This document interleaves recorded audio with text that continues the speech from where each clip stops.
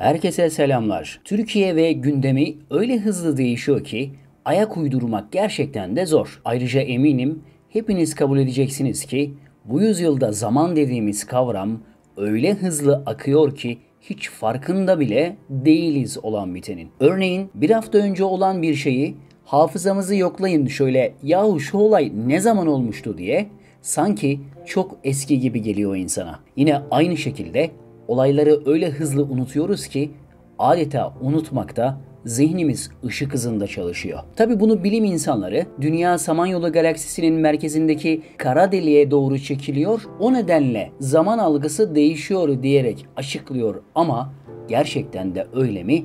Bilemiyoruz. Malumunuz geçen hafta dünyamız ve bilim için önemli bir gelişme yaşandı. NASA biliyorsunuz dev bir teleskobu uzaya gönderdi. Daha önce 1990 yılında Hubble teleskobu gönderilmişti ve çoğu gözlem de bununla yapılıyordu. Şimdi ise James Webb isimli teleskop gönderildi. Son teknoloji ve çok üstün kameralar barındırıyor üzerinde.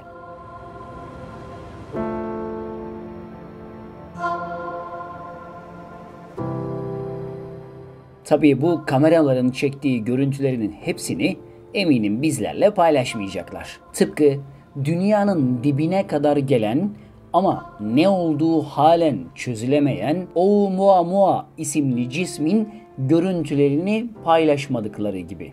Bu arada Oumuamua hakkında çok detaylı bir video hazırlamıştık. İzlemek isteyenler üst bölümden butona tıklayarak izleyebilirler. Mart 2021'den beri James Webb teleskobunun gönderimi erteleniyordu. Nihayet sonunda Aralık 25 2021 tarihinde göndermeyi başardılar. Sonra yine aynı NASA bir duyuru yaptı. Dünyadaki tüm dinin temsilcilerinden bilir kişileri alacak ve o dinlerdeki dünya dışı yaşama dair izleri analiz edecek. Bak sen şu işe. İnnet dinennallahil İslam. Allah katında tek din İslam'dır. Umarım bizden ilahiyatçı falan giderse orada da deklare eder bunu. Neyse biz konumuza dönelim. Şimdi uzaya yeni bir dev teleskop gönderiliyor. Hatta kulis söylentilerine göre NASA aslında yakın bir gezegende yaşam formları ile temasa çoktan geçti bile. Yani uzaylı dediğimiz varlıklarla temasa çoktan geçti. Ancak bunu bir zemine oturtmak için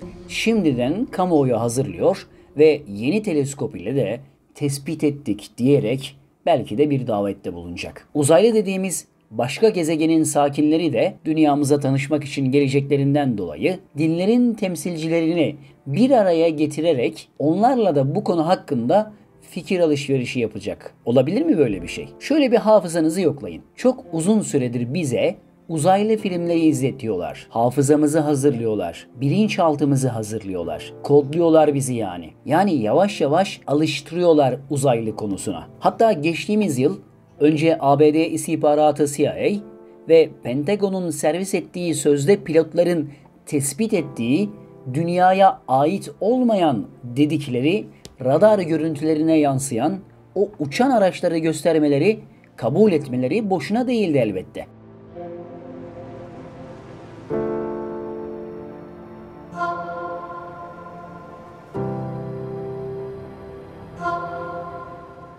Üzerinden gizliliği kalkan istihbarat raporlarında çarşaf çarşaf uçan nesneler dünyaya ait değil raporlarının insanlara servis edilmesi boşuna yapılmış bir çalışma değildi.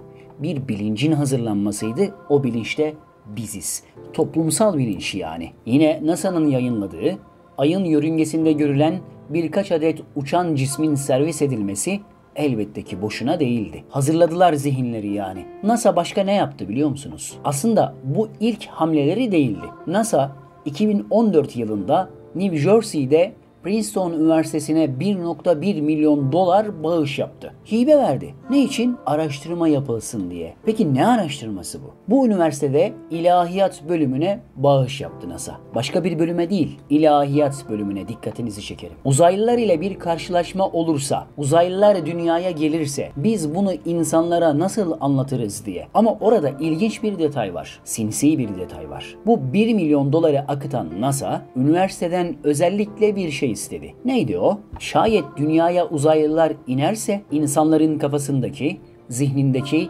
Tanrı kavramı nasıl bir değişime uğrar? Yani adamlar diyor ki uzaylılar gelirse siz yanlış biliyorsunuz, Tanrı biziz derse, hani şu Anunnaki hikayelerinde olduğu gibi, ya da uzaylılar gelir de Tanrı dediğiniz kavram tüm evrendeki kolektif bir bilinç derse, dünyada var olan dillerin müstevlisi olan kişilere bunu nasıl açıklarız?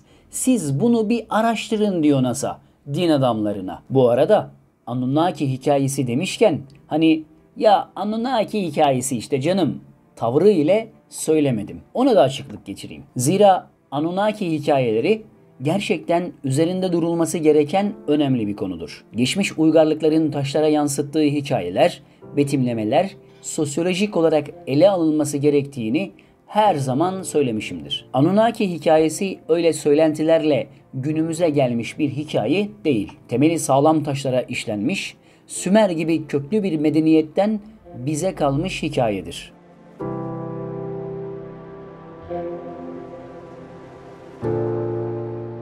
Neydi peki o hikaye? Marduk ya da diğer adıyla Nibiru isimli bir gezegendi. Belirli döngülerle dünyaya yaklaşıyordu ve dünyada yer alan altın madenlerini kendi gezegenlerine transfer etmek için dünyaya iniyorlardı. Altın onlar için varoluş sebebiydi.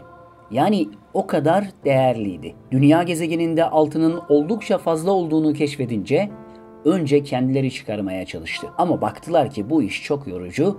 Sonra biyolojik bir varlık olarak bizleri ürettiler. Hani şu Elon Musk tıpkı Matrix filmindeki gibi simülasyon varlıklarız falan demeye başladı ya. İşte Anunnaki hikayesinde de bizler aslında onların yönettiği simülatif varlıklarız. Hatta size Anunnakiler ile ilgili çok ilginç bir detay söyleyeyim. Sümer metinlerinde Anunnakiler dünyaya geldiğinde yoğun şekilde altın çıkarma çalışması yapıyorlar. Bu çalışmalar esnasında altın çıkardıkları rezervlerin en sonuna geliniyor ama ilginç bir maden buluyorlar. Buldukları maden altın değil. Buldukları maden mavi renkte bir maden.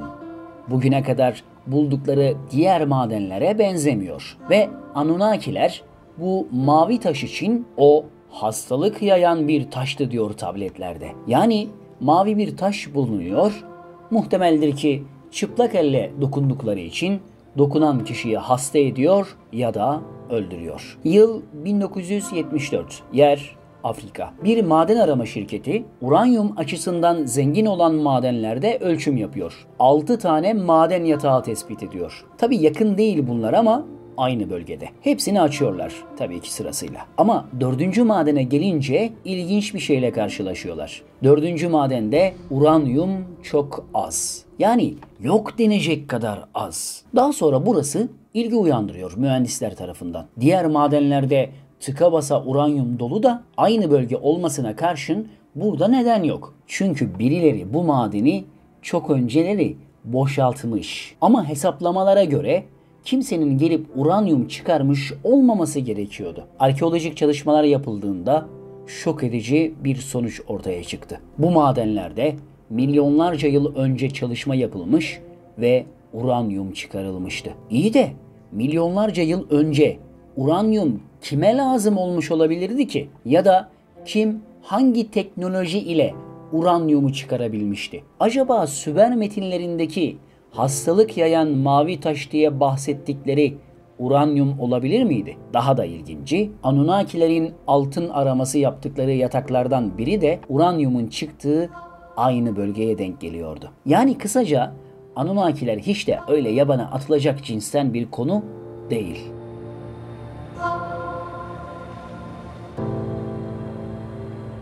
Ve belki de gerçekten uçan araçlarla dünyaya indilerse, belki de dünyada yaşayan Sümer halkını biz tanrılarız, sizi biz yarattık diye kandırmış olabilirler.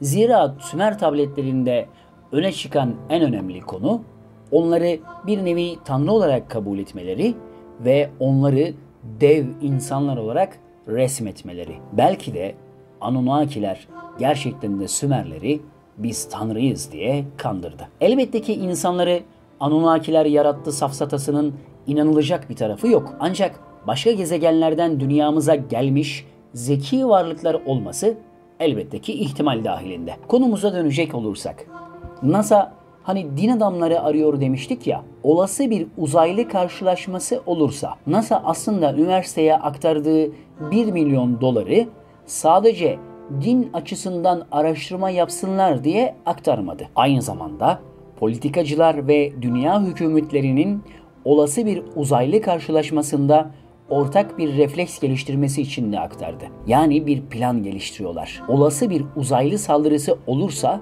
dünya devletleri aynı anda eylem gerçekleştirelim diye. Peki bu bize neyi anımsatıyor? Kurgulanan tek dünya devletini. Yani özetle diyoruz ki olası bir uzaylı karşılaşması görünen o ki tek dünya devleti fikrine hizmet edecektir. Kaldı ki bizlere sunulacak olan uzaylı karşılaşması sadece bir tertipten ibaret olacağı kanaatindeyim. Yani bu uzaylı karşılaşması zaten NASA tarafından çoktan yapıldı. Perde arkasında elbette ki. Şu an sadece bizleri buna hazırlıyorlar ve yeniymiş gibi sunacaklar. Bakın size çok önemli bir isimden bahsedeyim. Bu haber ve konu hiç konuşulmadı ve hemen örtbas edildi. Türkiye'de belki de ilk bizden duymuş olacaksınız. Karen Huss isminde Dünya Merkez Bankası'nda görev yapmış ekonomist ve hukukçu olan bir kadın var. Müthiş zeki bir kadın. Uzun yıllar Dünya Merkez Bankası'nda görev yapmış bir isim. Ancak daha sonra dönen dolapları, yolsuzlukları ortaya çıkardı diye aforoz edildi. Dünyanın kanunu bu. Hiçbir iyilik cezasız kalmıyor tabi. Neyse bu kadının bir açıklaması var. Yani öyle sıradan bir kadın değil. Diyor ki bu kadın, dünyada karar verici, yönetici, öteki bir akıl var. Bu akıl Cizvitler tarikatı ile işbirliği içinde ve insan değiller. Uzun kafatasları var ve hem politik hem dini konular için karar verenler onlar. Uzun kafataslarını biz nerede görmüştük sahi? Kadim Mısır'da. Kadim Mısır'daki pek çok kral ve kraliçe ya da imparator ya da sarayda görevli üst makamdaki, üst mevkideki pek çok kimsenin kafasının üzerinde taşıdığı o miğferleri, şapkaları ya da diğer giysileri hep uzundu. Acaba kafatasları tıpkı bu politikacı kadın Karen Huss'ın anlattığı gibi uzun olduğunun gizlenmesi adına mı yapılmıştı? Yani diğer insanlara benzemedikleri için kafataslarını mı gizlemişlerdi? Uzun kafalarını mı gizlemişlerdi? Şimdi oturup önümüze koyulacak filmi izleyelim. Bakalım NASA'nın önümüzdeki yıllarda bize sunacağı uzaylılar da uzun kafataslı insana benzeyen humanoid uzaylılar mı olacak? Biz bu NASA'nın yaptığı ya da yapacağı uzaylı indirme olayını 2012 yılında çıkarmış olduğumuz Illuminati isimli kitabımızda detaylıca anlatmıştık. Şimdilerde ise herkes bu konuyu konuşmaya başladı. Belli ki daha çok konuşacağız. Yoksa az önce bahsettiğimiz gibi NASA, galaksinin uzak bir köşesinde Marduk gezegenini gördü de Anunnakiler için bizi mi hazırlıyor? Ne dersiniz? Anunnakiler mi geliyor? Hep birlikte yaşayıp tecrübe edeceğiz.